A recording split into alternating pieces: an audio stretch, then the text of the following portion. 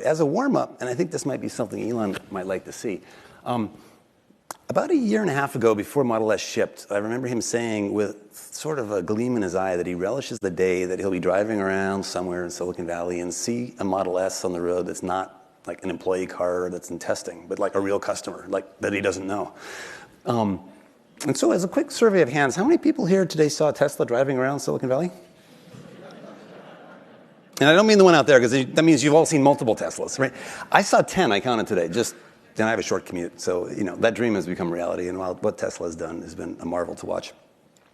So I think a lot of folks here, business students, friends of the firm, are really curious on how this all works. And so if we could, start with some design questions and then some organizational and people kinds of questions. But starting with design, as you think about the big problems in the world that you are addressing, do you start with a particular product in mind, like there could be this Model S, there could be this Falcon 9, and then think, how do I get there? Or do you start with saying, there's something broken in the world, and I'm going to fix it, and I'm going to commit to do it, even if I don't know how I get there? Sure. So let's see. Is that on? Yeah, it seems to be good. In the case of Tesla, SpaceX, and SolarCity, and actually also the PayPal and the Zip2 before that, it really stemmed from when I was in college. I was trying to think what would most affect the future in a very likely to be a positive way. So the three areas where I was quite sure it would be positive were sustainable energy, internet, and making life multiplanetary. And then there were a couple other areas where it's maybe a question mark, like AI and writing genetics. And what was the last one? Rewriting genetics. Rewriting genetics. Oh. Yeah. So just have big impact. It's good to know where phase 3 and 4 might come. Yeah. Potentially negative consequences, hopefully positive, but something could go wrong. So did you have like a rank order, like was the top 3 and a couple of contenders, or were they all kind of jumbling around, waiting for the right moment? I just thought, if you look ahead and say what's really going to have an important effect on the future of humanity as a whole, those were the 5 areas that I could come up with standing in the shower, basically. So there's this moment of epiphany that you held for a while, because you didn't pursue those right away, right? This was sort of an early vision that you then got opportunities to execute on. So maybe if we pick an example like Tesla going towards the Model S or SpaceX going towards the Falcon 9, do you commit the team, yourself, your resources to that endeavor, now a little farther along, when you have the end point in mind, or just let's say the cost of goods analysis for the rocket, or EVs should be better than internal combustion engines, just in general, I'll commit. I'll believe that should be done.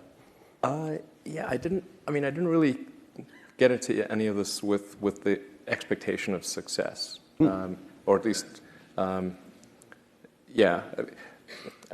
started out with thinking, okay, I'm going to do something in the electric vehicle space, and that's why I originally came to Stanford, was to work on advanced energy storage technologies, in particular ultracapacitors. So that was continuing on research that I'd done as an intern in Silicon Valley in the summer prior. So that's why I originally came out in '95.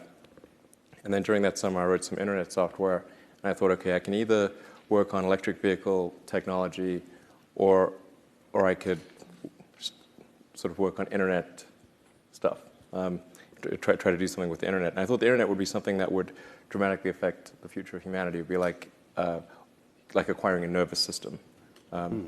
And whereas previously communication would have to occur almost by osmosis, from one person to another, or slowly through telephone or mail or something like that. But now, if you have a nervous system, any part of the sort of human collective can know about any other part instantly. Previously you'd have to be at the sort of Library of Congress, even to have the Library of Congress as sort of information. But with everything digitized and access anywhere, you could be in a jungle in South America, and if you had just an internet link somehow, you'd have access to all of humanity's information. So it would actually effectively create a superorganism and fundamentally change the nature of humanity itself. So I just want to be kind of part of that. Is that the path to AI that you might see? It's actually not exactly AI. It's some sort of human-machine collective intelligence. So So different from AI. Although AI may not turn out to be exactly what, hopefully not, it's not exactly what's, like described in Terminator or something.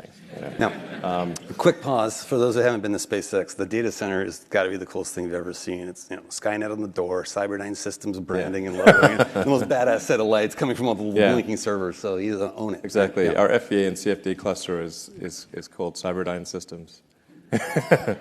We'll get back to influences later on, but I want to try to see if I understand what you were saying about this. You see the long arc of, and what's important to humanity, not little problems, but huge problems that could be solved.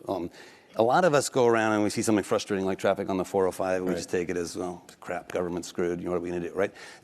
You have this incredible sort of scope of ambition, right? Planetary scope, interplanetary scope, right? Yeah. A little more than just changing the world, let's change some other worlds too, right? And this is big stuff. Was that always in your mind, or did you become more emboldened over time that this is available, we can do these things? It definitely emboldened over time. I mean, when I started the first internet company, Zip2, with my brother and another person, Greg Curry, it wasn't really with the thought of being wealthy. I've got nothing against being wealthy, but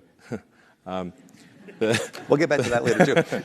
but it's just it was just from the standpoint of wanting to be part of the internet, and I figured if we could make enough money to just get by, that would be okay.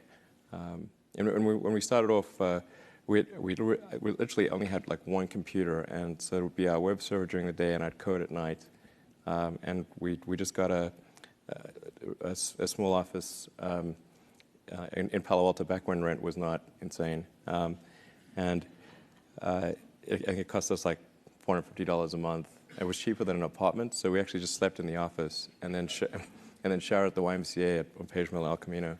So we'd walk over there and shower, and that was actually, I think that was when I first met you, by the way. So I don't know how many people, probably not many people know this, but we actually pitched Steve in like January '96 on the Zip2 business plan, and actually I thought. Steve was actually one of the most up to speed on what actually was in our business plan. Most of the people we met did not actually read our business plan. In fact, a lot of venture capitalists we met at the time didn't even know what the internet was. They'd never used it. And they didn't think it would amount to anything. Still do. Yeah, right. Yeah, I'm talking like sort of well-known people on Sand Hill. I was like, wow, okay. But at the time, nobody had made any money on the internet. So I guess that's. It wasn't really clear evidence that there was a business, Those were fun times. I remember Kimball and you coming in. And right. Very young-looking guys. That's what I was saying. Yeah. I think I was in my first 4 months on the job too. Yeah, exactly.